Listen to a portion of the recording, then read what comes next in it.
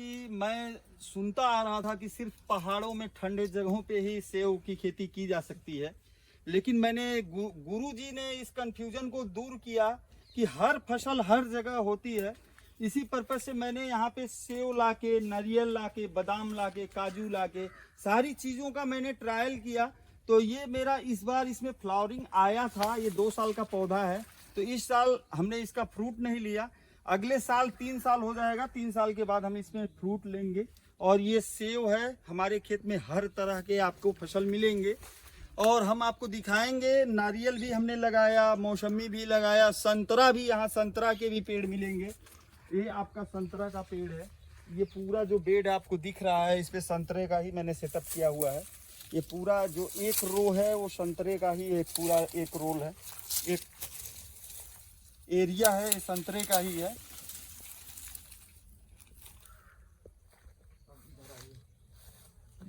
केला है और इसका जो हमने एक पौधा, ये काठमांडू में पशुपतिनाथ के दर्शन करने के लिए मैं गया था, तो पहाड़ों में ये संरक्षित था, तो मैं वहां से एक पेड़ लाया था और एक पेड़ से मैंने यहाँ शुरू किया। तो अभी एक यहाँ पे लगभग एक एरिया 50 पेड़ों का एक एरिया बन गया है इलायची केले का।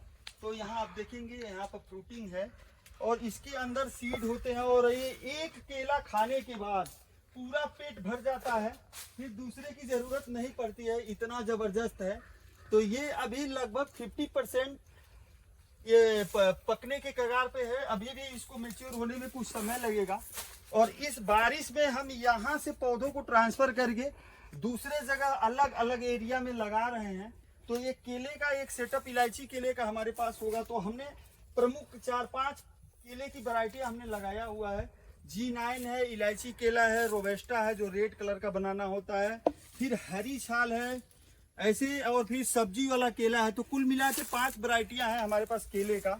कुछ लोगों की जरूरत रहती है कि केले का कंद हम उन्हें उपलब्ध कराएं, लेकिन हमारा जो दूरी है बहुत ज़्यादा दूर हो जाता है। यहाँ से ट्रांसपोर्ट का जो व्यवस्था है काफ़ी, यहाँ पे ये रूरल एरिया है, तो हम इसलिए चाह के भी उनको पौधे उपलब्ध नहीं करा पा रहे हैं।